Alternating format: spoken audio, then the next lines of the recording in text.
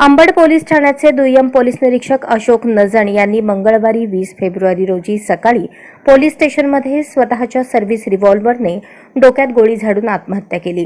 या घटनेने नाशिक परिसरात खळबळ उडाली आहे।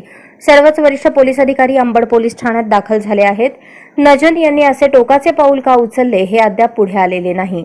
अशोक नजन हे मंगळवारी सकाळी नेहमीप्रमाणे अंबड पोलीस स्टेशनमध्ये ड्युटीवर हजर झाल्यानंतर ते त्यांच्या केबिनमध्ये बसले होते। दरम्यान यानंतर पोलीस ठाण्यामध्ये सर्व कर्मचाऱ्यांची हजेरी सुरू करण्यात आली।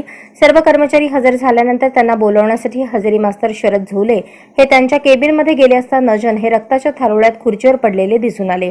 त्यानंतर सर्वत्र पोलिसांची धावाधाव सुरू झाली। त्यांनी स्वतःच्या डोक्यात गोळी झाडून घेतल्याचा प्रकार घडला आहे। घटनेची माहिती मिळताच पोलीस उपायुक्त मोनिका राऊत, सहाय्यक पोलीस आयुक्त शेखर देशमुख, वरिष्ठ पोलीस निरीक्षक दिलीप ठाकूर पोलीस ठाण्यात दाखल झाले। दरम्यान त्यांनी आत्महत्या का केली याचे कारण अद्याप समजू शकलेले नाही। या प्रकरणी तपास सुरू करण्यात आला आहे।